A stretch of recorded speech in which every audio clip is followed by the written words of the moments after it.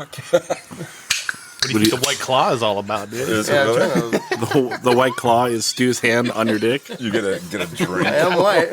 A drink. We're recording this good. A drink and a handy. It's a soft open, dude.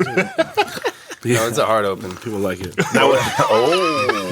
Hey, dude. All right. What's wrong with us? Joe, Well, I've already heard you talk about the lack of editing, so yeah, that's right.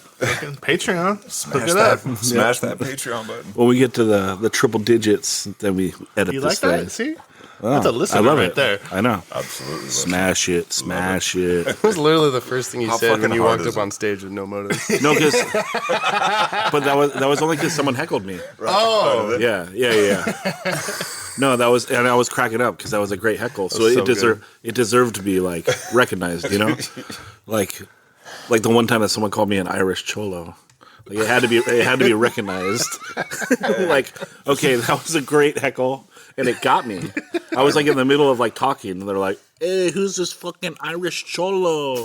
And I was like, "Oh fuck." I remember you guys, Retaliate played, I think it was with Burn in LA, and we all rolled out, and you're like, you guys were one song in, and you're like, oh, where are the heckles at? And then Robert just goes, you're fat. And you're just like, Jesus. Like, Jesus, y'all mean spirited. Fucked up, dude. It's a mean spirited heckles tonight. What happened to unity? I know. It's supposed to be funny, not mean. I mean, that's cool. I mean, hey, at least I got my cardio in that night. You know? Oh, yeah. Bouncing around a little bit, but fuck, there's no front man like Chaka. You can't fucking compete against that, It's wild. dude. Maybe the best. Joe, bring us in. Hey, so we got Donavan Coffey here. Donavan has been in many bands over the years. He'll talk about those in a second. And, yeah, we're excited to have him. Scene veteran. Excited to be here. Yeah. Yeah. I'm gonna pull up your notes. You going to pull Keep up my talking. notes? Oh, Yeah, wow. keep talking, dude. I have notes? Well, it's like Fucking rat. he was in a band. Oh, okay. He was in a, it says, I didn't know you were taking notes all these years. Jesus. What year did you get into punk? God. I was thinking about that today, actually. 1980. My first recollection was 1983. Okay, and you would have been how old then? 11, 12. Cool. And I was living in Hawaii, actually, at the time, and I was coming back to visit my dad, and I hadn't seen him in like 2 years, so I don't know. It's kind of funny, but flew into town. Dad picked me up from the airport, super psyched, gonna see him, hadn't seen him in a long time, and he drove me straight to my aunt's house and dropped me off, and that was the last time I see him for the month I was in Oxnard. But so, that's not the funny part. So I go in, and my older cousin had like this stack of fucking records that just looked. I mean, you remember. Obviously, everyone here knows. Those Mystic records just look so amazing, and I'm so young, and I'm just like studying them, all pissed off and stuff. And he's like, "You need to listen to this," and he put on "Fucks with My Head" from Ill Repute, and it was like. The noise that was coming out of the speakers was the same fucking noise that was going on in my brain at that moment, you know? But then I found out what that song was written about actually tonight, and I was like, man, like for 30 fucking years I've thought it was, he's talking about my dad. No. No, not at all. It's a girl song, right? It's totally a girl song. Yeah. But, yeah, anyway.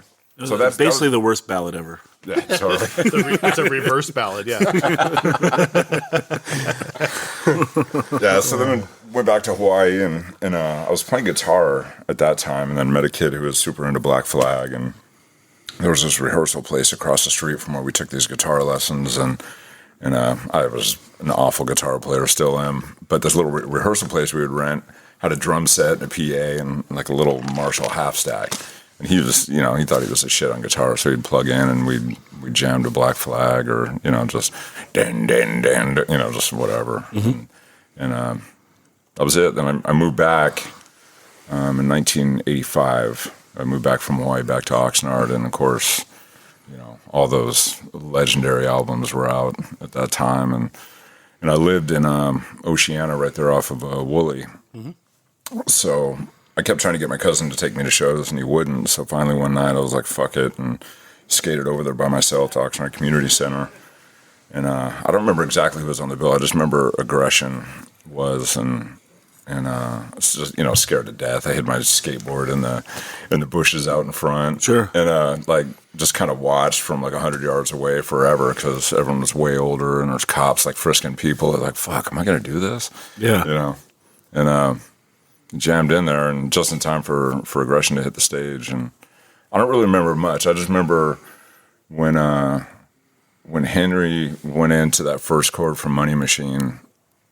I don't know, I mean, not to overstate something, but like it literally changed the trajectory of my life. Yeah. I mean, when they hit that fast part, a bunch of dudes I didn't know grabbed me and dragged me into a pit, and it was like, you know, the greatest night of my 13 years. Yeah. You know, just getting the shit beat out of me with a bunch of kids who thought the same stuff I did, you know. Yeah. So anyway, No, that's great. it's good stuff. Totally.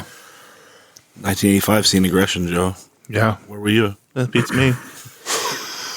I was I don't know. I was in- hanging out with Forrest probably already. I was in kindergarten. Ouch. He wasn't even alive. I wasn't alive yet. God damn, dude. Still swimming around your dad's balls. Yeah, I was. That was cool though. Yeah, it was brutal. It's all right. So, kept playing drums. I started taking lessons at Henson's Music right there in Oxnard, and I'd ride my BMX bike over there in the summer, and fucking right when they opened, I'd hang out, and I'd see Kyle Toucher roll in and buy strings, you know, all mad at everybody, and they were just... You know, Did he ever say hi to you? no. No, not one time. I remember I tried to talk to him one time, and he looked at me like I was a Yeah, bug. you told me the story. Yeah, Yeah, it's just like crushed me.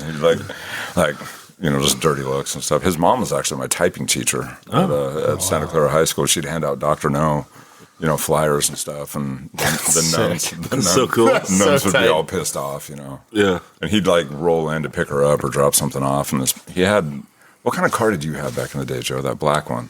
the LTD. He had a Cadillac. That's right. It was Yeah, it a was big old black Cadillac, and he like would come into the school parking lot. School's coming out. Wouldn't even touch the fucking brakes. No horn or anything. His head would be out of the window going, "Get the fuck out of the way!" And I was like, "Oh shit, there's Kyle." You know? Yeah, so I played drums, you know, just kind of in the garage for a long time, and I started a band. We were just playing like the Cult, basically. You know, playing talent shows and stuff like that. Who was in that band? Well, this is the very first band I was in. I was 14. We were called the Scheißkopfs, which was shitheads in German. And we thought that the German Pretty teacher- good name, dude. Good. That's pretty good. We played the high school talent show and got disqualified because of our name. Because we, See, you told him what it meant. well, we did. Hey, we're the Scheifskops. That means shitheads. You're out of here. But there was a Probably the fucking German teacher might have. yeah, the brother that you know was a German teacher kind of Gotcha. fucked us up, but we should have won. Yeah. But, well, if you're playing the Cold at 14, Yeah, it was you should have awesome. won. She's Soul Sanctuary. That was the first thing I ever played live, and then through all that, met a guy named Greg Bennett, and then Ray Camaro, Roger's brother, and we would practice at Ray's house, and have a little like 9-year-old Roger, you know, kept trying to sneak into practice and stuff, and he'd get pulled downstairs for piano practice, but we were doing a lot of.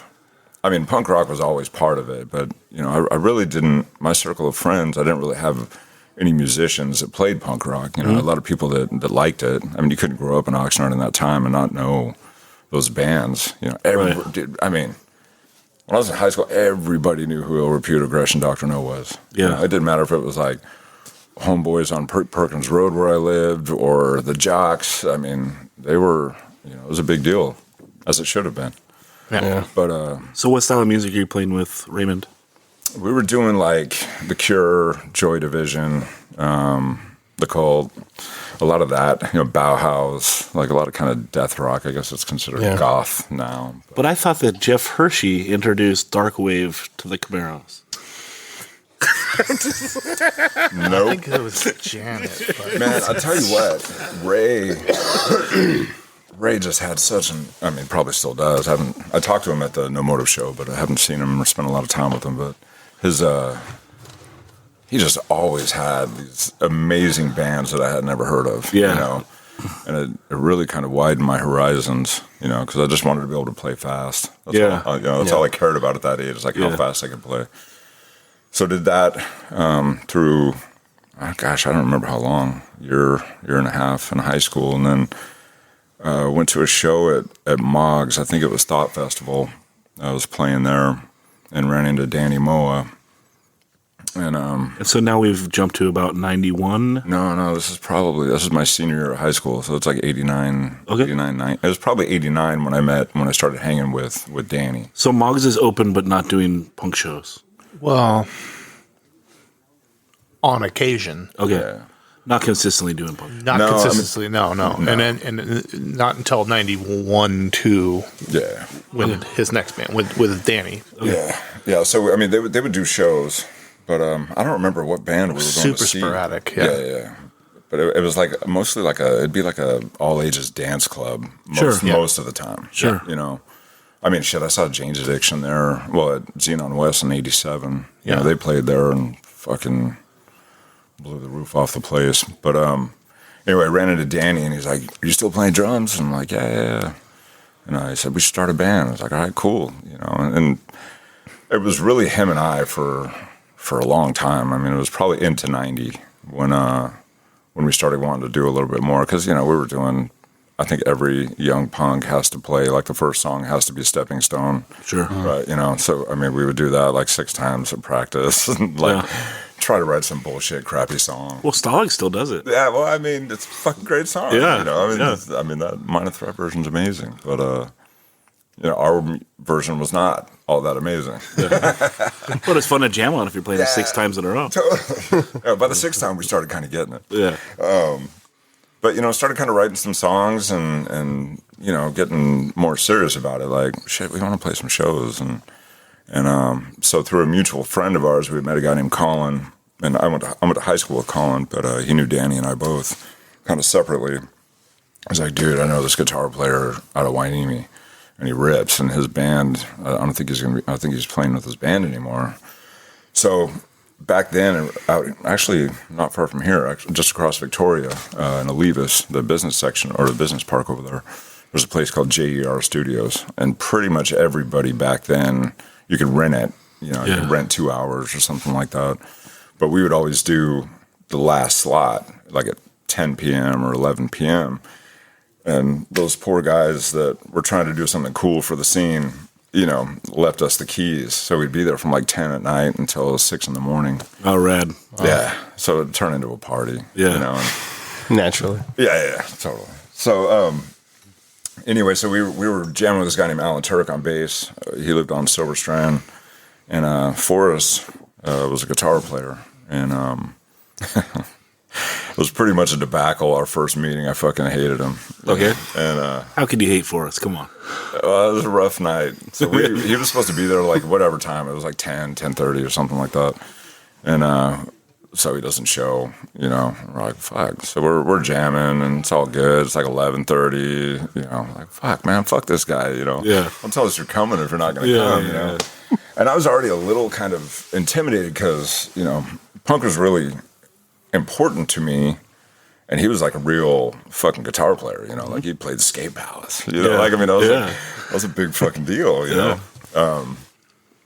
And so finally we hear all this commotion outside the door, and door opens up, and his cousin Justin walks in with a big old mohawk, and Forrest, like, I don't even know how the fuck he did it, but he like trips through the door with his amp and like cartwheels his fucking amp through the room.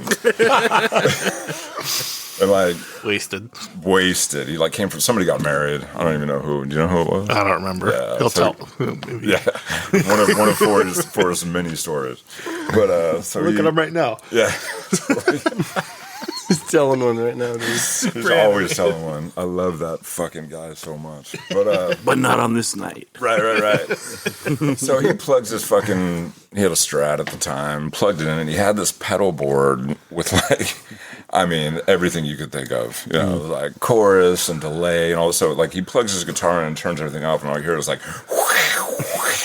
you know, he turns it up as loud as he can and just starts playing riffs, you know, and we're all just kind of looking at him like, I don't fucking even know what you're playing, dude. Like, my name's Donovan. Like, like, nice to meet you, you know.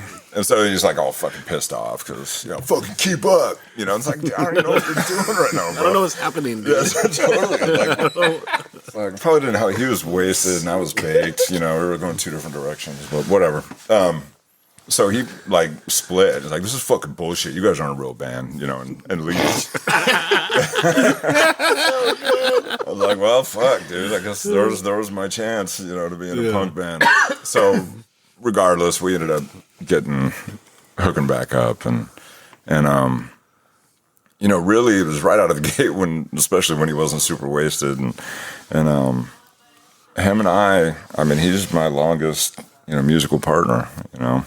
We've been playing, I mean, we're still playing in a band together. Yeah.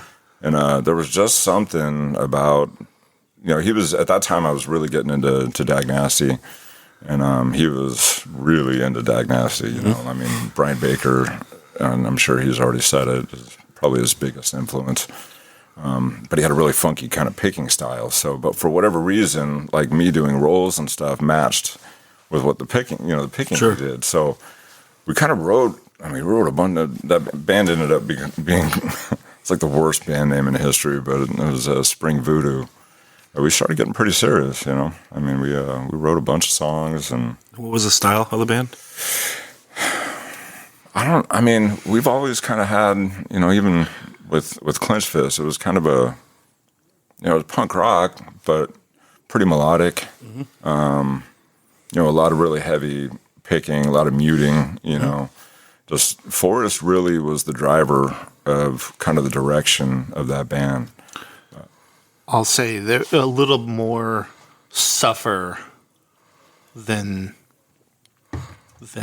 Clench Fist, which you're familiar with. So if you add a little bit more suffer into it, and less against the grain, that you know, because there's some differences between those records. Sure. So that's basically what Spring Voodoo sounded like. My bass drum foot wasn't super fast, especially on doubles at that time. So, you know, it wasn't a lot of like, you know, it wasn't really that. It was more like the, you know, like that kind of stuff. But he had all these really funky time changes and stuff. It, you know, it was Voodoo-esque. Voodoo-esque. Yeah. Exactly. That's hence the name. I don't know. Danny named that band. I fucking didn't like the name then. So you played Danny. You played a fair amount of shows. Yeah, we did. I mean, we did. You know, parties, of course. We played Moggs quite a few times. Played with Coup d'Etat with Joe's brother, and that was a pretty cool show, man. They drew a bunch of people, and the place, there was a guy named Guy that did all the promotion there and stuff, and it was cool. They had a cool setup. Dude, yeah. Whoever, you know, people would bring flyers, and if your band brought a flyer, you get like $2 per flyer. So I mean, we like pumped the shit out of that. Me and Pico were in his van all over Oxnard, like handing them everywhere, and you know, all up and down. I mean, even down like Harbor Boulevard, the whole way, every light pole. You know, the place was packed, super packed, and we had a good set. But that was probably the real first kind of bigger show I'd ever played. You know, so I spent a lot of time like looking down. Where was that? Where was that?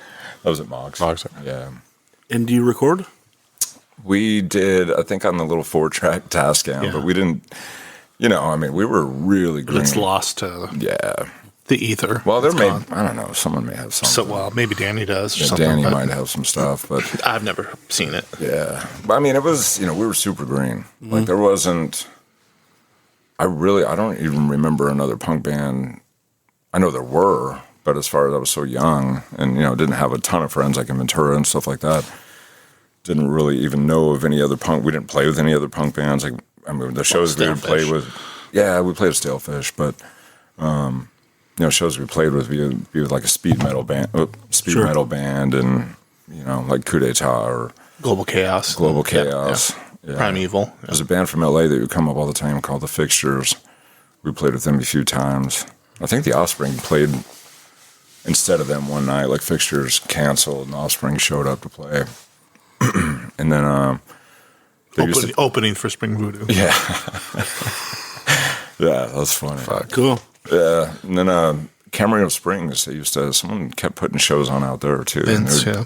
It'd be like, 8 bands or something like that. But yeah. So why does that band dissolve out? I was going to music. It was probably my fault. I was going to Grove School of Music down in Van Nuys, and it was obviously after I got out of high school, and I was kind of playing in a band down there too, and I was more interested in playing in bands and going to school. So my mom had co-signed on all these loans and stuff, and then I got kicked out of the school because I was more concerned with playing drums, and I don't know, felt guilty about her having to be on the hook for all that money. So I joined the Coast Guard. Oh, okay. And left for a few years. Cool. Yeah. What was that experience like? It was pretty mind blowing, especially for a little punk from Oxnard. Did you ever see a shark when you were on the water? No. So I was in Kodiak, Alaska for 2.5 years. Damn. Living up there and doing search and rescue and stuff, and yeah, I was supposed to be in boot camp for 8 weeks. I was there for 12 just because I couldn't handle fucking people in my face, yelling at me and stuff. So I'd, move my head and, they'd get mad. So they extend it on you as a punishment? No, they actually injured me. Because, shit. Get on your face, all that shit. And I fucked my back up. So I had to go back to the beginning and start over again. But luckily, it never really changed my attitude. I still don't like people getting in my face. Yeah. I'm just kidding. Yeah, so you do the 2 years, and then... I was there. I was in the Coast Guard from 91 until, 94, 95. Yeah. Yeah, I finished, my last station was in San Pedro, down south, and immediately, hooked back up with Forrest as soon as I was back in Southern California. Yeah. And once he got over the fact that I left him in Spring Voodoo, we had to make up, kiss and make up and stuff. And he's like, man, I got an idea for this band, and I got a song I'm really excited about. Me and Joe wrote a couple songs. I want you to hear it. So I ended up, my last few months in the military, I was actually living at Forrest over on 5th Street, 5th Place. Yeah, 5th Place. Fifth Place, yeah. Yeah, in Wainimi. So I slept on his couch and took baths every day. Because they didn't have a shower head. Oh. So it was bath. You got to ask Forrest about the baths. It's hilarious. There's so many jokes about that. That's a life you can settle into, though. Yeah. Oh, totally. It'd be harder to break away from that than to settle into it. Oh, dude. It seemed like no matter what time you called that house, whether it was 2 o'clock in the afternoon, 10 o'clock at night, whatever, his dad answered the phone. Dale, Forrest dad would answer the phone. Say, I'm sorry, he's in the bath. not the bathroom, the bath. Yeah. Anyway. He took a lot of baths. Yeah, so we started kind of, messing around with... Yeah, ask him about that in story time. No, just kidding. But he had a... It's funny, it's funny, especially now with Stu and people still remember that song, but it was the beginnings of Reflections. And I know that Joe and Joe was part of that as well. There were two songs. Just a bit, yeah. Well, the song split into two. Right. And ours was better. Yours was way better. Way better. So I took my parts and wrote the Burning Dog songs, The Sky. Okay. Which is terrible. And, I mean, it could have been good had I not sung it, had it been John singing it or something like that, but... It's cool, dude. You got him back with mumbles. Yeah. That's right, baby. Yeah, that song rules. Love that song. But Dean McCarty wrote that song, so I can't take credit for that either. I wrote the lyrics, but... Lyrics are important. Great lyrics on that song. Yeah, so he, Maury... I'm not even sure how Maury came to be in Clenched Fist, but I just remember coming home from, Long Beach one afternoon, and Maury was there, and everything was set up in the garage. And we just started jamming, and it was pretty, I don't know, not to get too sentimental or whatever, but as much as it was hard with Clenched Fist, the music and the the creativity and kind of the inspiration was super easy. Especially Maury's that guy. He's like this kind of open. When he has a music or instrument attached to him, he's pretty astonishing what that guy can come up with. Yeah, he's a conduit. Totally, music. Man. Totally. And I mean, even vocally, it doesn't really matter. But yeah. So that's how we got to Clenched Fists. Well, without a singer, so how do you get Rob? Forrest and Joe and everyone knew. I didn't know Rob at all. I knew him in passing. He was like at every show. He was always in LA going to every show, waiting after the show to meet the band, and kind of encyclopedic knowledge of everybody. A fan of music. Definitely. When we were kids, Rob was unbelievably charismatic and talked to everybody. Totally. He wasn't afraid to engage with people. Like, didn't where the matter rest who. of us, we were, I'm not saying we were terrified of stuff, but you have the apprehension to go up to. He was an outgoing person. To go up to the guys at Bad Religion after a show and just, hey, what's up? Wait, I'm Rob Calvert. That was just Rob, and so yeah.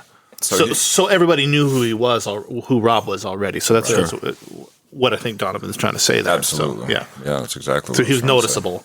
Yeah, but we worked on music for a while before we even had a singer, and then Rob came in, and when Rob came in, a lot of the lyrics were written for Reflections and God, I'm trying to remember the names of some of those songs. Tweakers. Yeah, Tweakers. Actually, no, Rob. That was a little bit. That was later, and Rob wrote a lot of those lyrics. But Going Nowhere and Charged, Tell Me This, Clenched Fist didn't have any lyrics. Yeah, Nowhere Fast. We were only kids. A lot of those we were already kind of working on, and then Rob came in and started working. But you've been in a bunch of bands. You know how this goes. There was never the one guy that was like on point. You know what I mean? That's really the reality of it. Yeah. I think that's why some of that music is kind of lost, is because we were going different directions, maybe personally or whatever. Everything was good when we were together and we were playing. But, we started to put it together. Burning Dog was ahead of us as far as kind of development, but how long was the run of Clenched Fists? I think just a band for maybe 2 years, 3 years?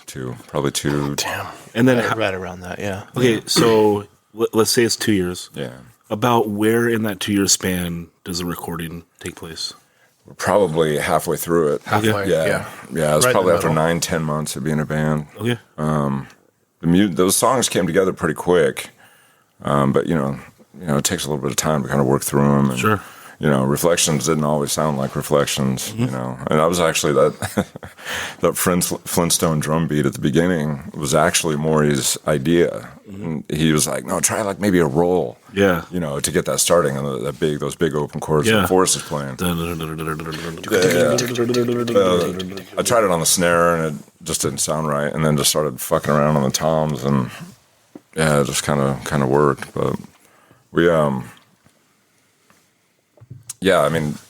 Joe was kind of a running theme in a lot of these podcasts. He was always Well, he's episode 1, the legend. right, absolutely, the legend Joe Rivas. He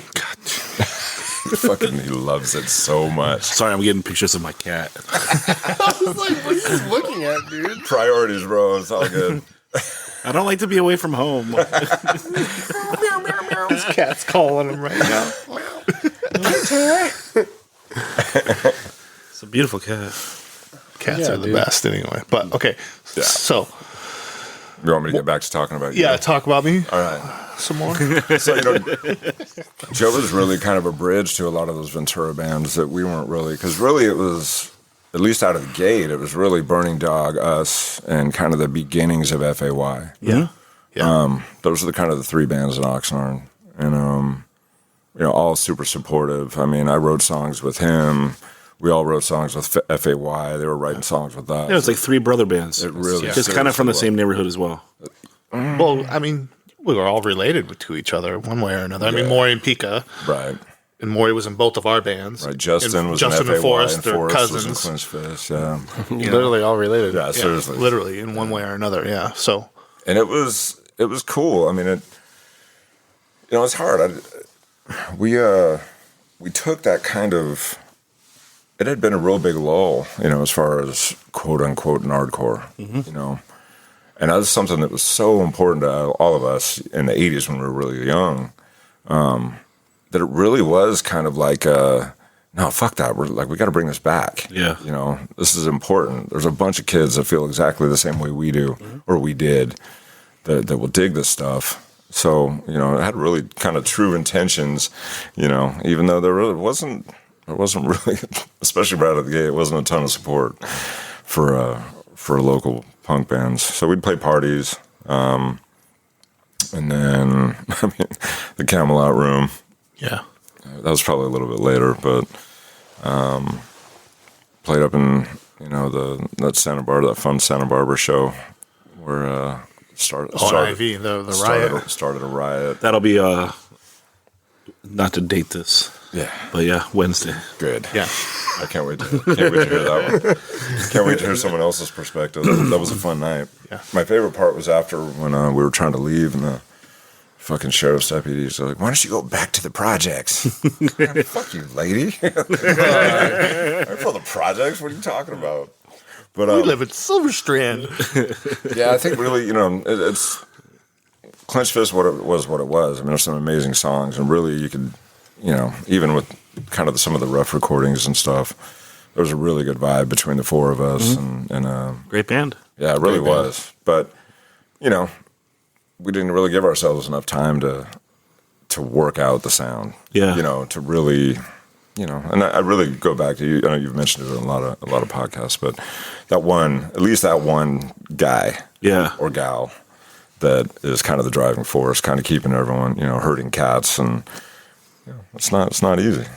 No, it's hard. And, or to come up with like an idea of what you want to do with the band, right? Because so many bands, it's like if things don't go the way, you can break up and you can, I don't know, have schisms with people right away where it's like if you go in like how Retaliate does it, we're just buddies and there's no hurry to get anything done. Totally. And it's like, this is kind of how I want to be. Sure. I want to play music with my best friends for the rest of my life. Totally. So it's like, what's the hurry to do anything? Like, Well, I'm totally there now. yeah. But I know. I guess I'm also 40 now. Yeah. I didn't think like that when I was 20 either. Well, that age, God damn it. I'm sure it was the same with In Control, or even to make a point. There was like nothing but love, but like kind of a healthy competition. Oh, a little yeah, bit. yeah, sure. Like, fuck, did you hear?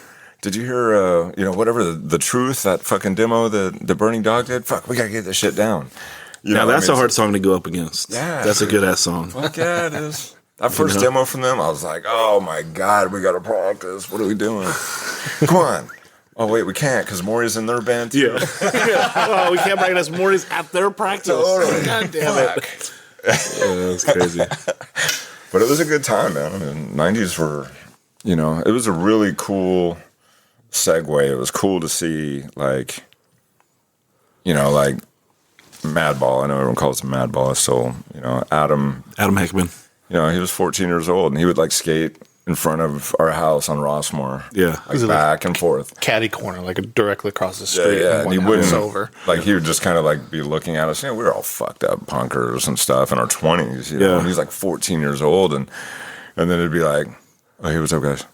Skate away real quick, and then come back. And and he ended up being like our little brother. Yeah. I mean, it just floors me. At the No Motive show, I was talking to him about it. I can't, now that I have kids, I can't possibly fathom my 14-year-old going, hey, Dad, I'm going to go across the street to those the punkers. No, and I remember going to his house and telling his dad, yeah, we're going to this show in Santa Barbara. It's totally cool. We got him. It was like, and he's like, oh, okay, cool, sounds good. Yeah. Yeah. I would never let that happen. Well, I'm sure he didn't tell his parents. No, I talked to He him. told us. I took him over to his dad. We got to ask your dad's permission, And his dad said yes, to my shock. I couldn't believe it. But that, and I think for us at least, maybe even Bernie Dog too, he was kind of a segue into Oxnard High School. Like there were a lot of kids. He was like, oh no, like I know those guys. Yeah, and probably telling his friends about it. And then suddenly, there was all these like bands popping up everywhere, and it was awesome to see. It was so cool to see that happen, because really that's, it sounds kind of silly at 47 years old to say it, but at that I really wanted to be considered a nardcore drummer. Yeah, that's what I did. And so when Localism came out, it was like, fuck, right on, dude. I'm on a fucking nardcore compilation. Yeah. So. And you had the best song on the record. I don't know. Some good songs on that record. Mumbles is close. Mumbles is up there. Mumbles is close. Reflections is the best song on the record, hands down. And that Strife song's pretty good. The Strife song is pretty good. It was on one of the 7 inches. I know, it's not exclusive. I actually don't forget about that sleeper final track. What? The final track on the record? Yes. I don't know. It doesn't matter. Yeah, the fucking band did not matter. Anyway. Yeah. Some of those guys were okay, I guess, but yeah, they're all right. That one dude nails it. Kids. Definitely kids. Yeah. So after Clench Fist, you... Oh, yeah. Clench Fist, some things happened. Right. And Clench Fist... It's kind of forced to end. It's forced to end. Right. At least with that lineup. We could have changed somebody, but... Possibly, yeah. Yeah. Because someone had to go to jail? Yeah. Yeah. We'll let him tell his story when we get to him. Definitely. But the reality is, I don't know. That band was what it was, and it was us 4 guys, and I really didn't want to start over again, And so I ended up meeting a couple guys and joined a band called the Loud Hounds right out of Clench Fist. And this is not quite, I know how you love modern day social distortion, Zach. And Hey, greasy hair just and call me sick boy. Yep. Greasy hair and pompadours and stuff. Well, you don't know what I do to have an actual pompadour. I didn't choose to be bald. But we kind of went in, we were pretty heavy. There was definitely, Fred Clinshaw, our guitar player and singer, played a big hollow body garage. Were you in the band on the Localism comp as well? That was John Clinshaw. Okay. That was Fred's brothers playing drums. Yeah. Okay.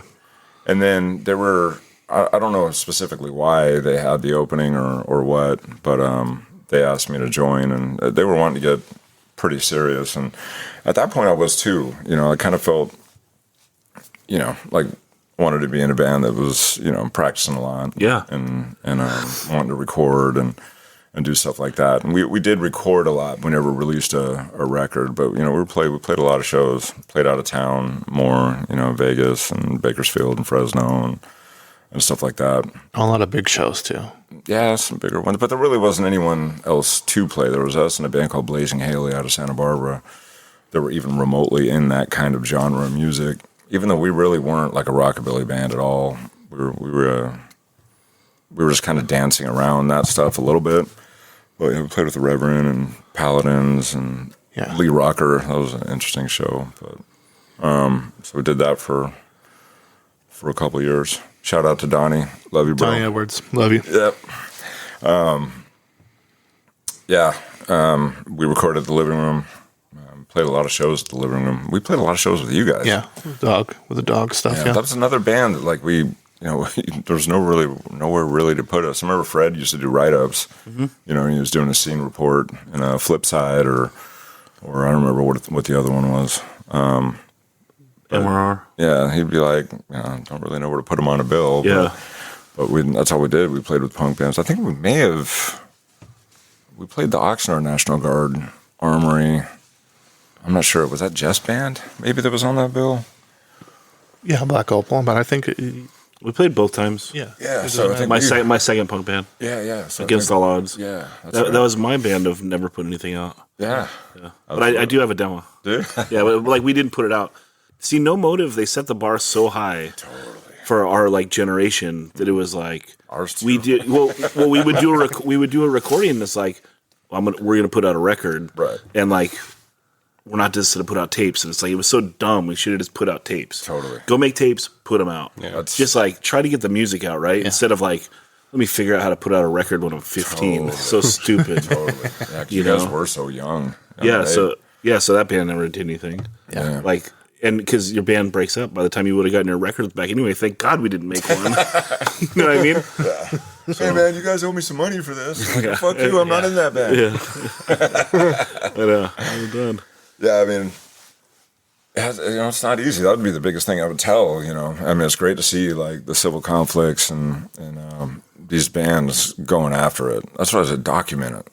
Yeah. Maybe it's I don't want to say easier because there's still challenges even today to put something out. It felt access to recording now is a lot easier. Yeah, the recording piece. Yeah, but I guess what I'm saying, I don't want to diminish what it takes to put something on like Civil Conflict did. No, for sure. A great little record, man. I was jamming out to it today, actually. Yeah. But there were times back then that it almost seemed insurmountable. Like, yeah, I mean, how the fuck? I mean, just going to John Lyons in Santa Barbara and then not really have like getting sent home with like the DAT, so you don't even get like the satisfaction of listening to your shit on the way home. It's like you're just stuck with this tape. Like it's like getting a Betamax, like what the fuck? I can't even play this, dude. Like whatever. And then you got to send it off to the plant. Right. And it's like you got to hear your record. You hear it on the test press. Yeah, it's like you don't this get sucks. I know. You hear it till the test press. Give me any feedback. I know. It's like this record was way better in my head the last 3 months. Well, when you recorded with them, you forgot your snare. I did, yeah. That's why, and I forgot any kind of muffling for the bass drum too. So I was like, I can't hear the bass drum. And then I was playing a little. It was Pika's actually. It was a little 10-inch pork pie, which is still like, he used it as like a secondary snare drum, not like a main snare. Yeah. That was my main snare drum, and it still chaps my ass every time I listen to that recording. It's like, I think it's rad. Yeah. But my son, my 16-year-old, who's already a kind of a music snob, every time he hears it, it's like, nice ska snare. Like, shut up, you don't even play an instrument. But, yeah, and I laugh every time you talk about your experience with John Lyons because I think that's a universal experience. Because that was the first time I'd ever really, really recorded. Yeah. And it was, we knew a song was going onto a record. Like, we were taking it seriously and stuff. And like finished the first song and like, was that good? And like, I don't know. I have no idea what's going on. I'm so scared. Like, I don't know. He's like, I don't know. Was it good? Yeah, he's like, I don't know. I guess so. Are we moving on? Yeah. Everyone kind of looking at each other. Dude. Yeah. Well, we need to get John Lyons on here, and we will, I hope. So important. I know. We so reached out to him, and so that's going to be a challenge for him. He's into the idea, so we're working on it. So yeah. We love John Lyons. Absolutely. We got to get him on. So hugely important. There's some great times, because like Bernie Dog was with us when we were recording. We were with them when they were recording there, and writing lyrics in the parking lot. Yeah, trying to cram to finish songs. Sometimes that's the best stuff. Yeah, that's Shoes. That's how we got Shoes. Was in the parking lot. And Donavan and I wrote Friends. Yeah. The night before we recorded, which then became Out of Trust song. An Out of Trust song. Yeah. We kind of stole that. Yeah. Stealing from the big BD. Yeah. Oh yeah. It was just on the demo, so nobody ever heard that song. You might have because you were. I'm a freak. Yeah, you liked stuff. Okay, so Loudhounds, you somewhere in there, you get married. I did. And had twins. 1998. Twin girls. Yeah, that was a big year. Yeah. Got married in February. Dad died in May and had 2 fucking babies in December. It's like, that's a lot. That's a lot of shit. That was a lot, especially for a knucklehead like me. Yeah. But, yeah, so it was... So that experience of having twins versus the first time the reflections came together, Not even close. Reflections is that good? No, It's pretty good. Oh, that's not what you're It's pretty saying? amazing watching two lives come into the world at the same time. I don't want to get too graphic on that. This isn't that kind of podcast, but it's pretty wild, pretty mind blowing. I've seen that Exodus album cover. Yeah. I know exactly what album cover you're talking about, dude. Yeah. Gross. Yeah, so And then you move yeah. We moved out of state. to Missouri for a while. Yeah, it wasn't Missouri. It was Arkansas. Arkansas, that's Yeah. Arkansas, that's right. Yeah, I played a lot out there. Actually made more money playing drums in Arkansas than anywhere I've ever played, which is funny. But Makes sense. Healthy bar circuit, right? dude, seriously. Yeah. What else you got to do except go watch the band and drink some beers? Yeah, and the bar stayed open until 5 a.m. Wow. Fuck. Yeah, so you'd go on at 11 at night, and you'd get off at 4 in the morning. You got to do 4-hour-long sets. So, It's a hate breed, dude. huh? Hate Breed plays for 4 hours? Yeah, I saw hate breed play for 4 hours of Ventura Theater. Really? Holy Not like two. shit. Oh. Might as well be. That's Man, I would bad. love to see Hate Breed play for 4 hours.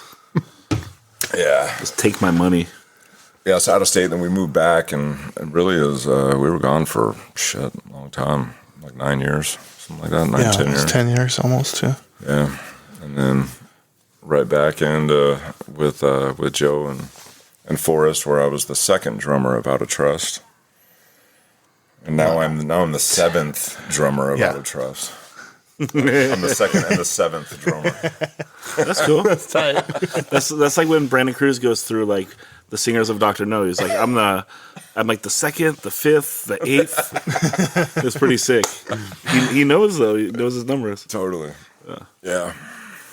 I Well, don't think I'll ever get away from these guys. Yeah. Why would you want to? Don't Don't at all. Yeah, I mean you're married, Yeah. so you have to go out and compete with him because no one can. No, not You know? Look at that hair, dude. I know. It's Oh, like, dude. Perfect hairline. seriously. Like the worst job on earth is trying to wingman for Joe Rivas. Absolutely. What do you do? Everyone just wants Joe. I'm a fat old man now. Nobody cares. Whatever, dude. All we can do is look at like 20 years into the future and look at your dad, and it's like, fuck, dude. Yeah. You're just gonna get better. Again, who wins? Yeah. Fucking Well, Joe's Pop's a dad is a beautiful fucking man. Adonis. My dad's a beautiful man. Yep. Can't argue with that. Yeah, Hey, buddy. yeah. What do you think? I'm Have you been well represented. Oh, we're gonna let Stu ask this time. Oh, yeah. No, that was perfect. he asked himself. Absolutely, man. I appreciate it. I appreciate you having me on. Yeah, that was great. Hell yeah, dude. Hey, we love Clutch Fist. Yeah, I love me that too. band. Oh yeah. I just can't believe anybody. Like I know we're wrapping up, but Yeah, no, cool. it was always really kind of not, I don't want to say insecure, but you know, I mean, there's definitely a ton of bands that did way more than we did. But I was just thinking the fact that like someone like Stu knows the song that I was on, Yeah. who wasn't, you know, know. like a little, and anybody even knows out of all the bands that have been in Ventura County, Sure. if someone knows one song, fuck, dude, that's a win. That's Yeah. awesome, dude. Yeah, That's yeah. like, that's amazing. Well, that's I'm a so scene. proud of that. That's a scene, right? Is everyone does their part. Totally. And it can't be done with one alone. It can't be done with 10 or 20 alone. Totally. It's lots of efforts because it's the bass player that shows up that never wrote a lick. Right. But he showed up. Totally. Yeah. Right? And so whoever's vision that song was, it was able to get accomplished. Totally. You know, everyone has a He piece. always showed up. And well, and the unsung heroes. It's funny that he said bass player show up. I mean, and the unsung heroes is just the people that show up and pay the door. Yeah. Totally. You know, 100%. like you don't have to participate beyond that if you don't feel like it, right? But like that is the basis of I'm gonna throw, everything. Yeah. You know, show up, pay at the door. Maybe once every 4 shows, buy a shirt, buy a Totally. record, Totally. and you're a fucking punk rock hero. Absolutely. That's like that is the fuel that keeps the thing going. Yeah. You know, 100%. Yeah. Yeah. Absolutely. So don't ever feel like you're less than just because you're not in a band or doing something. But if you want to, do it. Yeah. Dude, is there anyone And hit us really up. more important than like Fred Hammer? And I mean, he wasn't in a bunch of bands, but I Yeah. mean, he's like hugely important. Absolutely. Hugely. Absolutely. Always pushing it forward. Totally. Yeah. Anyway. Shout out Fred. Yes, I definitely feel represented, and I appreciate you having me. Okay. Thank you, Donovan. It's All right, been bro. great. Thanks. Yeah. All right. Yeah. So 90s Nardcore, Dude. Donavan, another chocolatey voice, another one with Forrest. Yeah. You know, That's ridiculous. that's good. We got to get him back every time, huh? Motherfucker, Yeah. We got to get him back every time. Yeah. So it's good. Are we attempting 2000s, or are we just what do you guys? go? No, let's go there. What do you guys want to talk about next time? I would really like to do 2000s. I would just need. So we're just doing the OOs. Yes. Yeah. I think it should be like to 09, right? Yeah, Okay. it should be like 10 years. So I would need Stuff is too new. just a little bit of help, maybe from you guys. Yeah, because I missed some stuff while I was gone in Texas, and all the other things I was into at the time. So when you were locked up for stabbing that fool. yeah, well, C-Town. But yeah, and then we got to brainstorm some other topics. So Yeah.